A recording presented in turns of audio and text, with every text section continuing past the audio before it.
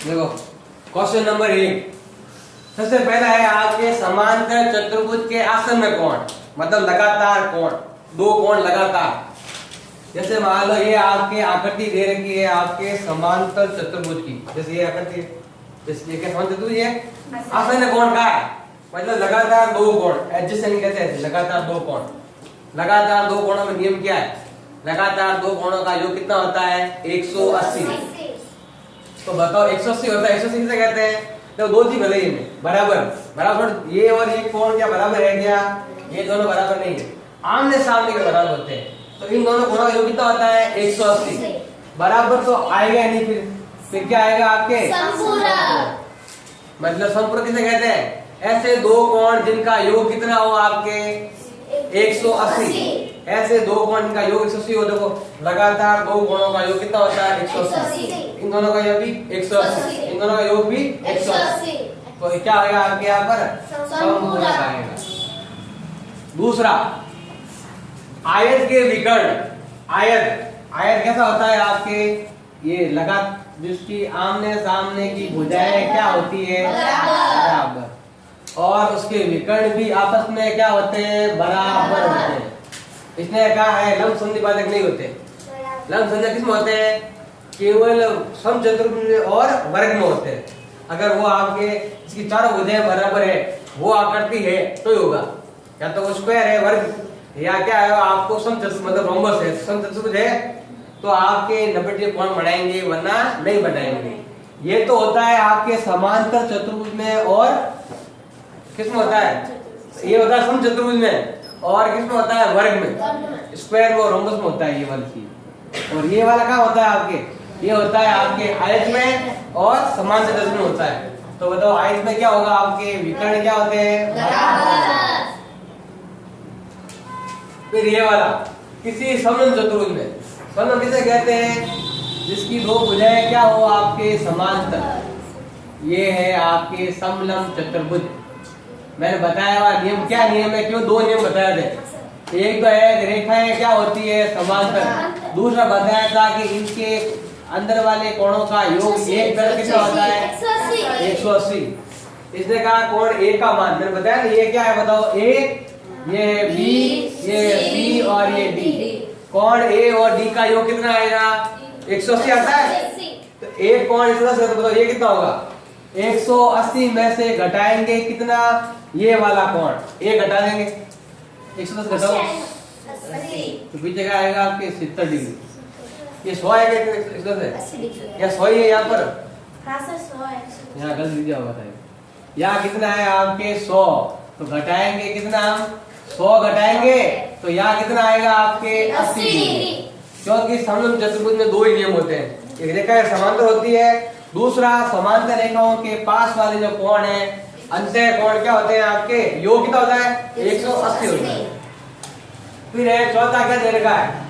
यदि किसी चतुर्भुज के विकर्ण मतलब ट्रायंगल, ये वाले किसी क्या करते हैं? एक दूसरे को संधिवाचित कर रहे हैं, एक दूसरे को बांट रहे हैं, टुकड़े कर रहे हैं, तो बताओ क्या कहलाता है? तो संधिवाचित किसमें होता है? इसमें होता है, किसमें होता है? दोनों में होता है। तो लेकिन क्या लिखा हुआ? एक चीज और लिखी थी, क्या लिखा हुआ था?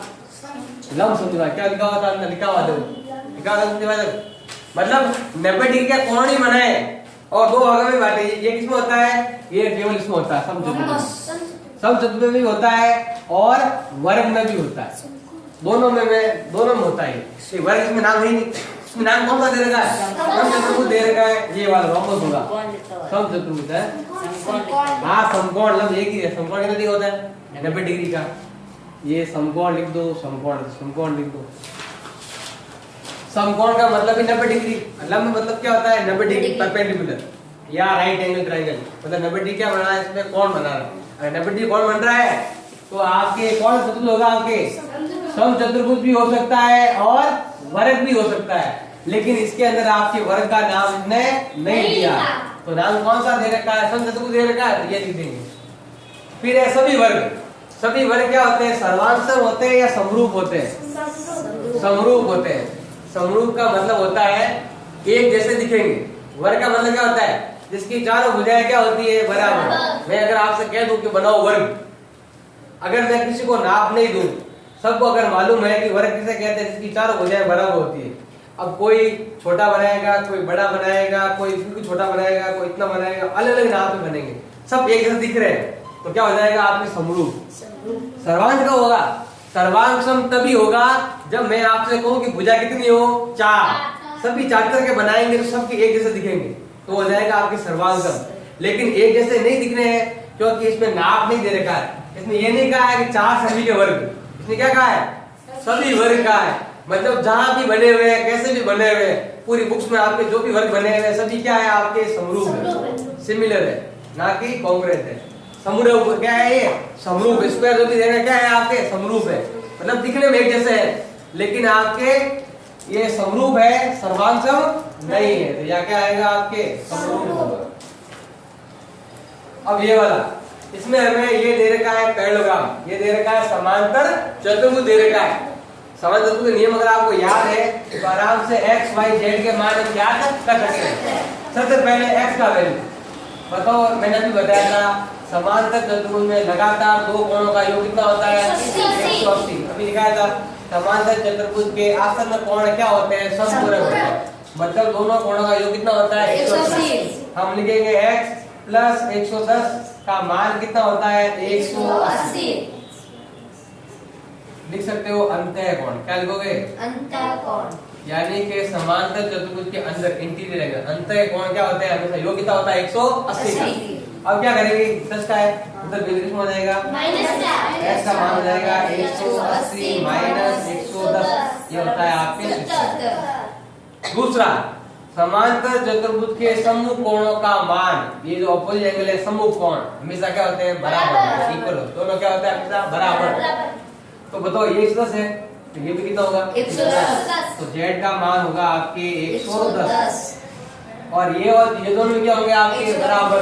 अगर ये कितना है 70, ये भी कितना होगा, x और y भी क्या होगा आपके बराबर। बताओ ये दोनों बराबर क्यों है, समांतर चतुर्भुज के सम्मुख कोण, समांतर चतुर्भुज के सम्मुख कोण हमेशा क्या होते हैं, बराबर होते हैं। क्या लिखोगे, समांतर चतुर्भुज के सम्मुख कोण, ऑपोजिट एंगल ऑफ पैरेललोग्राम बराबर होते हैं। तो x और y बराबर है, तो बताओ x का मान कितना आया, 70, तो y का मान भी 70 हो जाएगा। आगे समझ में। अब ये वाला, अब देखो आपके ऐसा जब भी नाम दिया हुआ, ऐसा जो भी चित्र दिया हुआ है, इसका मतलब क्या होता है, 90 डिग्री का कोण। जब ये है चौगट पूरा हुआ तो मतलब क्या है आपके 90 डिग्री का कोण। बताओ x का मान कितना आ गया आपके 90 डिग्री।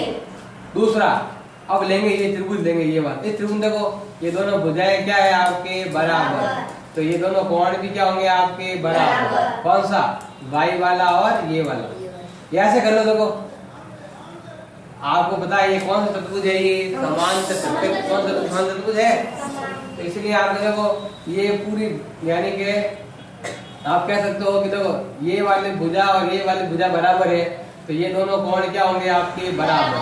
आप चाहो तो यहाँ नंबर 1 दे दो। अब देखो ये त्रिभुज हो गया, आप त्रिभुज कितने कोण कितना होता है आपके 180, और ये दोनों कोण क्या है आपके बराबर। अगर ये y है तो यहाँ भी क्या आएगा आपके y आएगा। अब क्या लिखे बताओ, x प्लस y बराबर होता है 180। अब x का मान तो कितना आया, अभी बताया था 90, और एक और एक कितने हो गए आपके 2 है, क्योंकि दोनों भुजाएं बराबर है तो दोनों जगह y आएगा, बराबर हो गया आपके 180। ये प्लस का उधर भेज दो तो हो जाएगा माइनस, 2y बराबर हो जाएगा 180 माइनस 90, ये गुणा में हो जाएगा, तो y का मान हो जाएगा 180, 100 में 90, ये गुणा में तो भाग में कितना आएगा 45।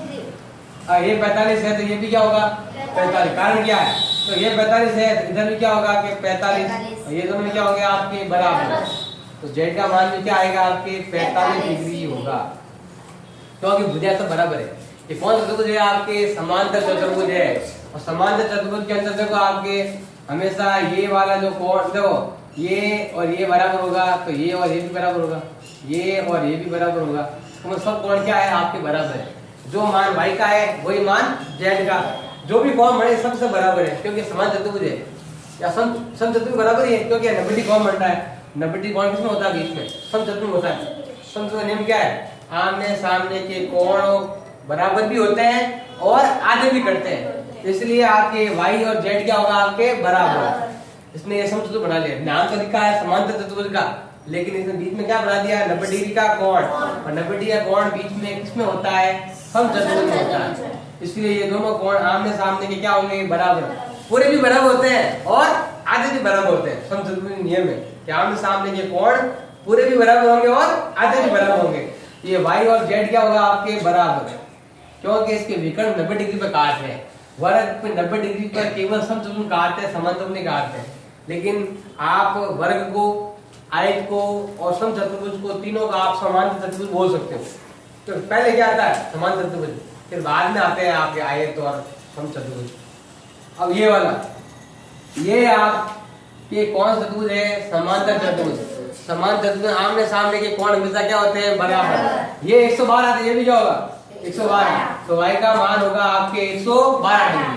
कारण समांतर चतुर्भुज का सम्मुख कोण, क्या लिखोगे?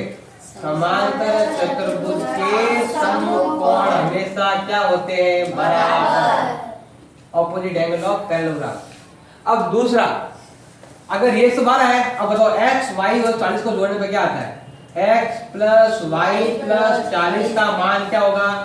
180। कारण क्या है? ये क्या है? त्रिभुज है, और त्रिभुज के अंदर बनने वाले तीनों कोणों का योग 180 डिग्री। ये वाला कोण, ये वाला और ये वाला कितना होता है? 180।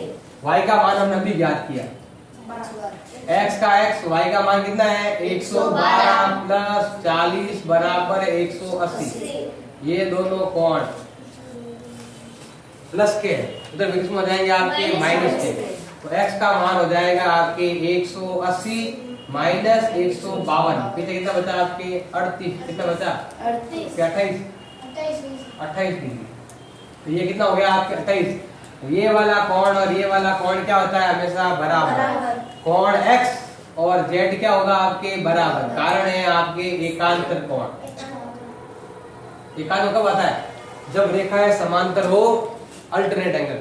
जब रेखाएं क्या हो? आपके समांतर, और एक रेखा यहाँ काट रही हो, एक कोण इधर का और एक कोण इधर का, हमेशा क्या होता है? बराबर। तो अगर आपके x का मान कितना आया? 28, तो z का मान कितना होगा? 28।